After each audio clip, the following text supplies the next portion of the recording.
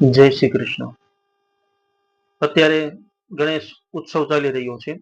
ગણેશ ઉત્સવમાં ભગવાન સિદ્ધિ વિનાયક ભગવાન શ્રી ગણેશને ભાવથી આનંદથી આપણે 10 દિવસ સુધી કે 5 દિવસ સુધી અનુષ્ઠાન કરીએ છીએ. પરંતુ ઘણાને ખ્યાલ નથી હોતો ગણેશજીને પણ જ્યારે ભોગ અર્પણ કરવામાં આવે, થાળ અર્પણ કરીએ ત્યારે એની અંદર તુલસીનું પત્ર મૂકતા હોય છે. પરંતુ જ્યારે ગણેશજીને ભોગ અર્પણ કરવામાં આવે એની અંદર ક્યારે પણ તુલસી પત્ર મૂકવામાં આવતું નથી. ભગવાન શિવજીને પણ ક્યારેય થાળ અર્પણ કરવામાં આવે તો એની અંદર પણ તુલસી પત્ર નથી મૂકવાનું હોતું, એની અંદર બેલીપત્ર મૂકવું. માતાજીને જ્યારે તમે થાળ અર્પણ કરો એની અંદર ગુલાબો મૂકી શકાય.